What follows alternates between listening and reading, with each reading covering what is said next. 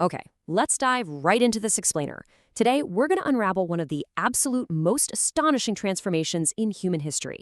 I mean, we're looking at a period that completely rewrote the geopolitical map and honestly, fundamentally altered the trajectory of the modern world, the Meiji Restoration.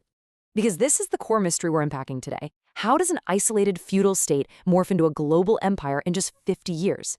Think about that time frame for a second, 50 years. In the grand scheme of history, that is literally the blink of an eye, right? How did a nation go from samurai-wielding swords in a super strict feudal hierarchy to launching steam-powered battleships and actually defeating established European empires? To really grasp this incredible sprint towards modernity, we've got to look at exactly where the starting line was drawn. Section 1. The closed country. Stagnation under the shogun. So, to understand the illusion of stability that existed right before this dramatic shift, we've got to step back to the Edo period. For more than 2 centuries, the Tokugawa shogunate maintained this incredibly rigid, decentralized peace. Now, 200 years of relative domestic tranquility, that's a massive achievement. But it came with a really steep hidden cost. Because while Japan was experiencing this totally unique internal cultural flourishing, they were completely walled off from the Industrial Revolution that was spreading like wildfire across the West. Which brings us to Sakoku, or the closed country policy. The crucial takeaway here is that while this extreme isolation definitely fostered deep cultural stability, it also created some massive glaring vulnerabilities to outside forces. Basically, the Japanese were frozen in time, technologically and militarily speaking, while Western nations were out there mass-producing firearms and building these massive global trade empires. And what's wild is that even before any foreign ships showed up on the horizon, this rigid class system was already cracking under the surface. You had these deep internal fault lines. I mean, think about it. A samurai warrior class with absolutely no wars to fight, they ended up impoverished, basically acting as glorified bureaucrats. Meanwhile, the merchant class was piling up massive wealth but had zero social status. Add to that an agrarian economy that was completely hitting its limits, and this rising intellectual movement called kokugaku, or national learning, that glorified the emperor over the ruling shogun. So the powder keg was totally packed. It literally just needed a spark. Part 2. Arrival of the black ships, the catalyst. And here is that external shock that shattered Japan's isolation for good. In 1853, Commodore Matthew Perry of the U.S. Navy rocks up with his black ships. These were massive, steam-powered, heavily armed warships, and the technological contrast to anything Japan had ever seen was, well, it was stark. The implicit threat of overwhelming military force was completely undeniable. By 1854, the shogunate is backed into a corner and forced to sign the Treaty of Kanagawa. This was just the first of many humiliating, unequal treaties that chipped away at Japanese sovereignty. And looking weak in the face of these Western powers absolutely shredded whatever legitimacy the shogunate had left, leading straight to its total collapse by 1868. Right in the middle of this chaotic transition, this incredibly potent rallying cry emerges. Sono Joey, revere the emperor, expel the barbarians. Now, this wasn't just blind xenophobia, it was a highly pragmatic ideological tool.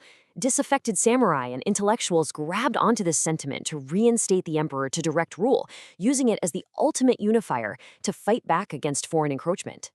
Now, what is truly mind-blowing about this side-by-side comparison is seeing the absolute teardown and reconstruction of Japanese society. The new Meiji leaders didn't just tweak the old system, they took a sledgehammer to it. Feudal domains run by regional lords, gone, replaced by centralized prefectures. The legendary centuries-old samurai class, completely abolished in favor of a Western-style national conscript army. And that old agrarian economy was aggressively fast-tracked into a heavy industrial powerhouse, totally driven by these massive corporate conglomerates known as zaibatsu.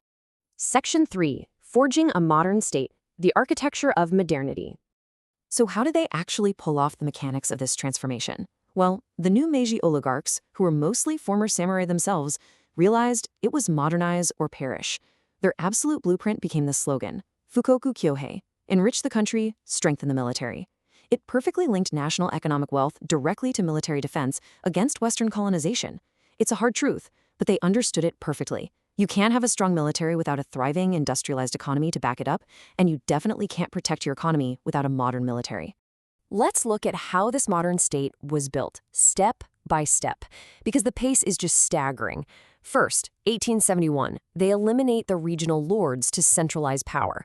Next year, 1872, they roll out universal compulsory education, largely to instill deep national loyalty. By 1873, they take the incredibly radical step of disarming the samurai, forming that conscript army, and locking in a unified national currency, the yen. And then finally, by 1889, they draft a constitution modeled heavily on Prussia's, officially presenting themselves to the world as a civilized, modern constitutional monarchy. Part 4. The Imperial Ascendancy. Testing New Might. So having achieved this internal modernization at absolute breakneck speed, Japan's strategic calculus flips. It goes dramatically from defensive survival straight into aggressive expansion. Impartially analyzing the source material here, we see Japan actually beginning to mirror the exact Western colonial powers they had initially feared.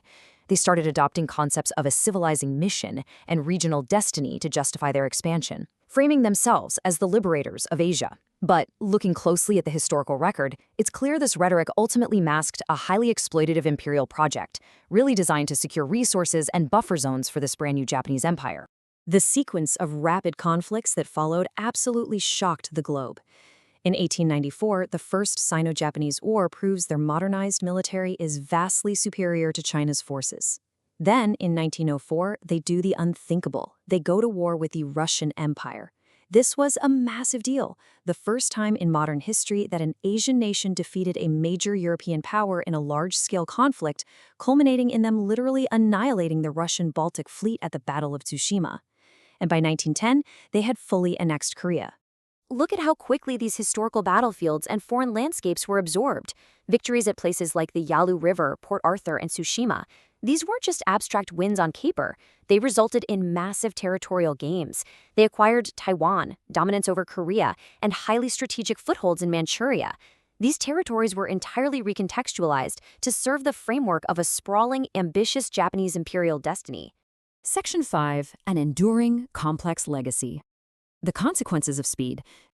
As we wrap up this explainer, we really have to weigh the massive global footprint left by this incredibly brief, intensely concentrated 50-year sprint.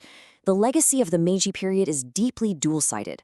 On the one hand, these leaders successfully forged a new national identity, saved their nation from being colonized, and proved definitively, once and for all, that non-Western modernization was absolutely possible. They shattered the myth of Western military invincibility forever. But on the other hand, they fundamentally destabilized the entire regional balance of power in the process. The sheer ambition fostered during this era directly set the stage for some of the most devastating global conflicts of the 20th century. So, I want to leave you with this provocative thought to chew on. At what point does desperate defensive survival seamlessly blur right into aggressive imperial expansion? The Meiji Restoration remains a brilliant masterclass in rapid statecraft and modernization for sure, but it's also a devastating case study in unchecked ambition. We see exactly how fast a nation acting purely to protect its own borders can pivot outward to conquer its neighbors. Keep that question in the back of your mind as you look at the geopolitics of our modern world today. Thanks for joining me for this explainer.